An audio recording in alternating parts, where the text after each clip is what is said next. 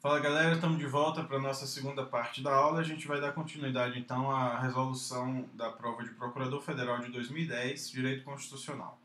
Bom, a gente tinha feito até o item 39, agora a gente vai a partir do item 40. E aí o item 40 diz: julgue os itens seguintes que versam sobre as competências dos entes federativos no Estado brasileiro, tá? Item 40.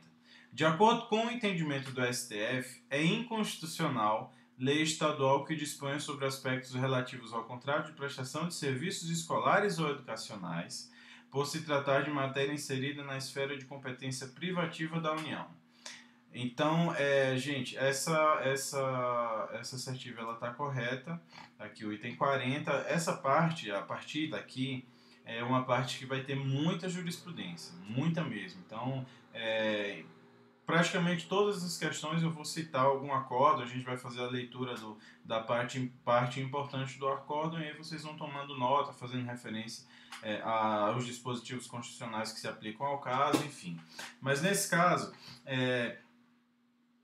essa questão foi decidida na ADI 1042, que está aqui na tela, vocês estão vendo. Eu vou partir só para a parte interessante, a parte importante, que é o que diz lá embaixo, né? Que é inconstitucional a norma do Estado ou Distrito Federal sobre obrigações ou outros aspectos tipo de contrato de prestação de serviços escolares ou educacionais. Aí por quê? Essa matéria é uma matéria típica de direito civil e a matéria de direito civil compete privativamente à União legislar.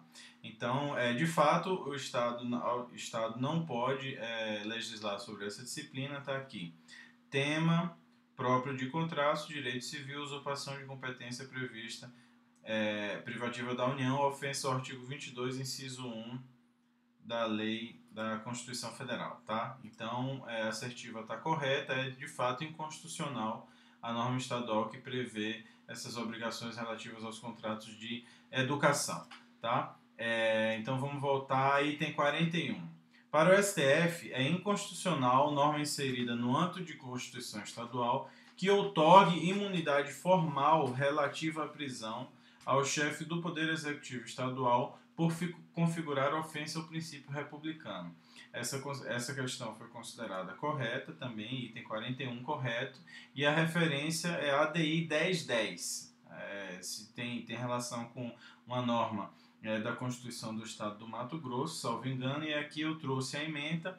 Eu esqueci de só dizer uma coisa, esse arquivo, os roteiros, né, das resoluções de questões, eu vou tentar disponibilizar no Dropbox ou algum desses serviços de compartilhamento de arquivos, e aí coloco o link lá no blog, vocês vão lá e baixam o arquivo, porque é importante que vocês façam a leitura das ementas. Mas o que é que dizia essa ementa aqui? Vamos lá, no que é importante, na imunidade à prisão cautelar, inadmissibilidade, usurpação de competência legislativa da União, prerrogativa inerente ao presidente da República enquanto chefe de Estado, ou seja, essa competência, essa prerrogativa prevista de imunidade formal relativa à prisão do chefe do Poder Executivo, na verdade, ela só se aplica ao chefe de Estado. Foi isso que o STF chegou à conclusão, interpretando o artigo 86, parágrafo 3º da Constituição Federal. Aí ele diz: impossibilidade de sua extensão é mediante norma da Constituição Estadual ao governador do Estado. O Estado-membro, ainda que em norma constante de sua própria Constituição, não dispõe de competência para outorgar ao governador a prerrogativa extraordinária da imunidade à prisão em flagrante, à prisão preventiva e prisão temporária, pois a disciplinação dessas modalidades de prisão cautelar submete-se com exclusividade ao poder normativo da União Federal, por efeito de expressa reserva constitucional de competência definida pela Carta da República. Aí aqui embaixo ele diz: os Estados-membros não podem reproduzir em suas constituições o conteúdo normativo dos preceitos do artigo 86, parágrafo 3º e 4º da Constituição, pois as prerrogativas contempladas nesses preceitos da lei fundamental, por serem unicamente compatíveis com a condição institucional de chefe de Estado, são apenas extensíveis ao presidente da República. Então, a ideia é essa. Essas prisões cautelares, essas restrições às prisões cautelares, elas são de competência da União exclusiva e o STF entendeu que a interpretação que deve ser dada é que essas garantias são compatíveis exclusivamente com chefes de Estado e não chefes de governo, que é o caso do chefe do Poder Executivo Estadual, tá bom? Então a questão está correta, não é isso? Isso. Item 42. A Constituição Federal atribui à União a competência tributária residual, permitindo-lhe instituir, mediante lei ordinária específica, outros impostos, além dos arrolados em sua esfera de competência, desde que esses impostos não tenham fato gerador ou base de cálculo próprios dos arrolados na Constituição e sejam não cumulativos. Essa questão está errada. Aqui eu trago a justificativa. O artigo 154 da Constituição Federal diz o seguinte, que a União poderá instituir, mediante lei complementar e não lei ordinária específica, impostos não previstos no artigo anterior, que são os impostos de competência da União, desde que sejam não cumulativos e não tenham fato gerador ou base de cálculo próprios dos discriminados nessa Constituição. Então essa é a competência residual da União para estabelecer novas hipóteses de impostos, né? E essas novas hipóteses elas só podem ser feitas por lei complementar, desde que sejam não cumulativos e não tenham fato gerador ou base de cálculo próprio dos impostos discriminados na própria Constituição. Então, a questão está errada justamente por conta disso daqui, ó, lei ordinária específica, que é lei complementar, tá? Então, vamos seguir em frente. No que se refere ao processo legislativo, julgue os itens subsequentes. Aí lá diz o item 43. Pelo voto da maioria absoluta dos deputados e senadores, o veto presidencial a projeto de lei poderá ser rejeitado. Quem está acompanhando aí viu a polêmica essa é uma questão bem atual, é importante que vocês identifiquem lá na jurisprudência do Supremo essa questão. A questão que ficou decidindo, a questão dos royalties, né, a lei dos royalties lá do petróleo, e aí houve uma movimentação por parte de alguns estados para que o veto não pudesse ser apreciado pelas casas do Congresso Nacional por conta da quantidade enorme de vetos que estavam pendentes no âmbito do Congresso Nacional para serem apreciados. A princípio, o ministro Luiz Fux concedeu uma liminar dizendo que os vetos deveriam ser apreciados de forma cronológica. Isso gerou uma polêmica enorme, porque o Supremo estava, em tese, interferindo na agenda do Poder Legislativo. Finalmente, essa decisão foi superada pelo colegiado do Supremo Tribunal Federal e, finalmente, apreciaram o veto e derrubaram o veto da presidenta em relação à questão da lei dos royalties. Então, atentem a isso. Mas vamos voltar para a questão. Esse é um ponto importante, pode ser cobrado na próxima prova, é um tema polêmico, mas eu só quis chamar a atenção, mas na verdade a gente tem que voltar aqui para o nosso item, né?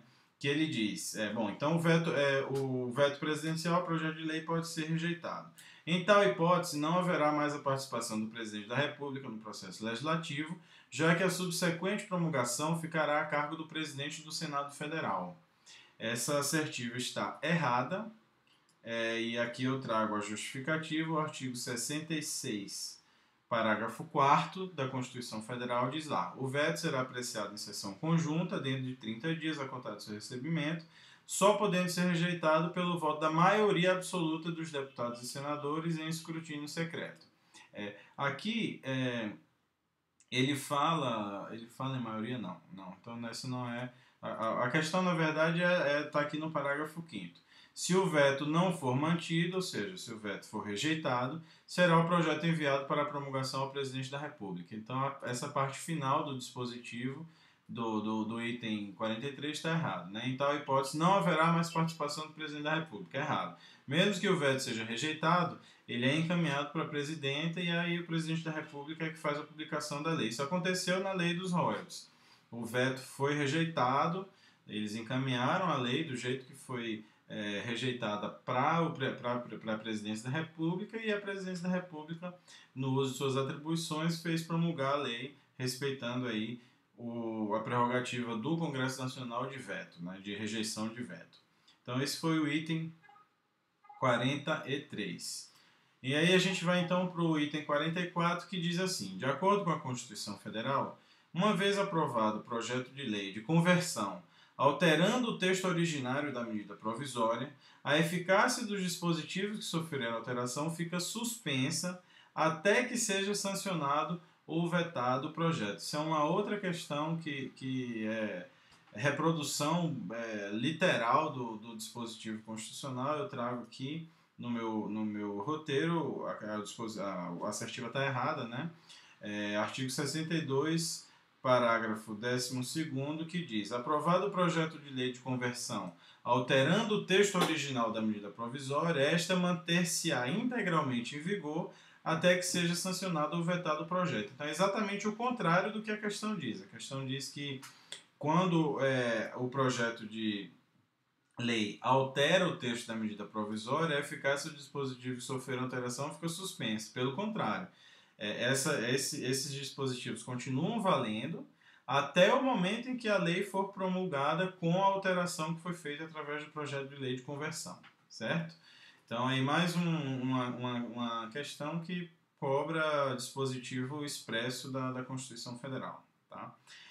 Então vamos lá, item 45. Nos projetos orçamentários de iniciativa exclusiva do Presidente da República, são admitidas em caráter excepcional emendas parlamentares que impliquem aumento de despesa. Essa é mais uma questão trazida pelo CESP de cobrança de literal dispositivo da Constituição Federal. Eu trago aqui no item 45, né, o item está correto.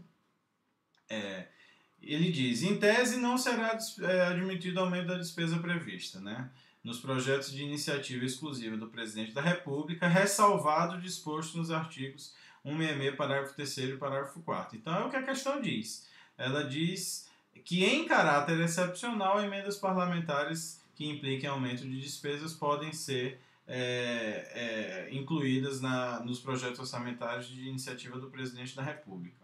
E aí aqui eu abri a Constituição Federal, vou ver se eu consigo abrir aqui. Aqui está, Constituição Federal. Talvez vocês não consigam ler porque está muito pequeno, mas eu vou fazer a leitura aqui. Parágrafo 3º, ele fala: as emendas ao projeto de lei orçamentária anual ou aos projetos que modifiquem somente serão aprovadas caso. Aí ele traz uma série de requisitos, sejam compatíveis com o plano plurianual, com a LDO, indiquem recursos necessários. E aí, bom, então essas são uma das hipóteses de autorização. Depois vocês podem abrir a Constituição. E o parágrafo 4º diz que as emendas ao projeto de lei LDO não poderão ser aprovadas quando incompatíveis com o plano plurianual, tá? Então, a gente voltando lá para o dispositivo, a gente vê que o dispositivo estava errado, né? Nos projetos orçamentários de iniciativa exclusiva do Presidente, são admitidos em caráter excepcional de emendas parlamentares que impliquem aumento de despesa. Está correto, né? Eu falei errado, mas desconsiderem, tá? O dispositivo 45 está correto, certo? Então vamos lá no 46. De acordo com a Constituição Federal, os projetos relativos a atos de outorga ou renovação de concessão, permissão ou autorização para serviços de radiodifusão sonora e de sons e imagens tramitam em regime de urgência. É uma questão absolutamente fora dos padrões, né?